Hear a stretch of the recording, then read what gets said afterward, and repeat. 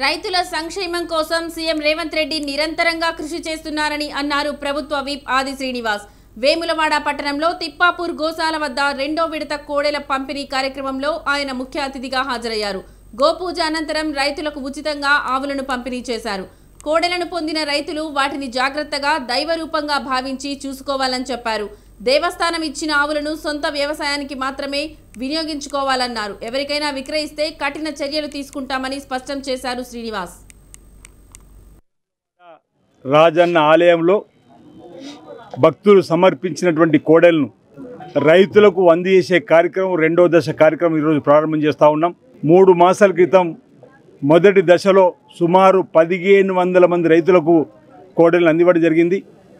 ప్రస్తుతానికి 500 కోడలు నిలువైన సందర్భంలో సుమారు 400 కోడలను రైతులకు అందజేయాలని చెప్పిన ఒక నిర్ణయం తీసుకొని గౌరవ ముఖ్యమంత్రి రేవంత్ రెడ్డి గారి ఆదేశాలు, దేవాదాయ శాఖ మాచులు కొండ సురేఖ గారి ఆదేశాలు, ఇక్కడ ఉన్న జిల్లా కలెక్టర్ గారి ఆధ్వర్యంలో ఉన్న కమిటీ నిర్ణయం మేరకు ఈరోజు కోడల పంపిణీ కార్యక్రమాన్ని రైతులకు అందించేటువంటి కార్యక్రమాన్ని చేపడుతూ రైతులకు చేతినివ్వడానికి, రైతులు వ్యవసాయం చేసుకోవడానికి ఈ కోడలను ఉపయోగించుకోవాలని చెప్పని, ఎవరన్నా ఒకరిద్దరు వ్యాపార దృక్పథంతో వచ్చి తీసుకుపోయినట్టయితే ఆ అంశం తెలిస్తే మాత్రం తప్పనిసరిగా క్రిమినల్ కేసులు కూడా పెట్టడం జరుగుతుందన్నమాట. ఈ సందర్భంగా ఈ